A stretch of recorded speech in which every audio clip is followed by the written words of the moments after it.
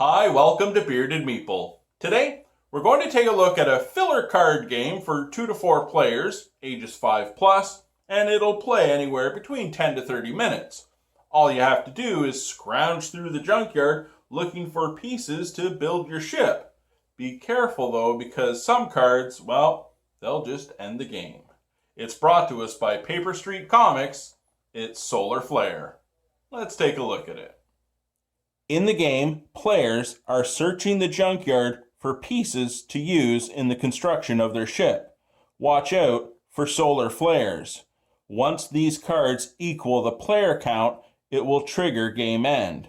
There are also action cards with abilities. These will act as modifiers to gameplay. And then there's the ship cards themselves.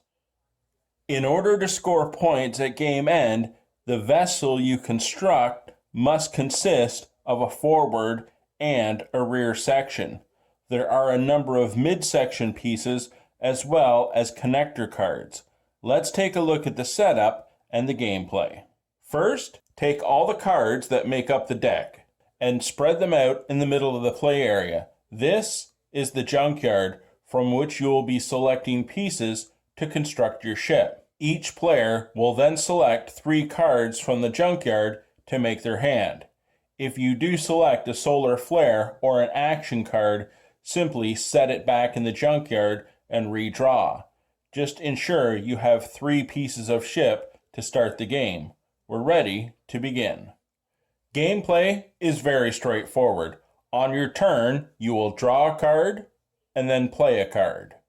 If you draw a ship segment, you may add the card to your vessel or set it aside to use later. At game end, you'll have the opportunity to rearrange your ship. If you draw an action card, take the appropriate action and then return the card to the junkyard, mixing it in for another player to find. And if you find a solar flare, set it aside for all players to see. Remember, when the last solar flare card is drawn, it triggers game end. So, you've been collecting pieces of your vessel, but let's take a look at how you're going to join them, earn points, and win the game. Now, you could build this. It's a nice looking ship. There's nothing wrong with it. Or you could build something that's going to earn you a heck of a lot more points. Each player, though, will only build one vessel, and your ship needs to have a forward section and a rear section to be complete. It doesn't matter how it's constructed. In order to construct your ship, though, you are placing cards so they have matching symbols. A star will act as wild. Each match will earn you 5 points. However, if the color matches, you'll earn an additional 5 points. A forward and rear section are 10 points apiece, and every cross section is 10 points as well. The player with the most points, or the first player to a set amount of points, will win.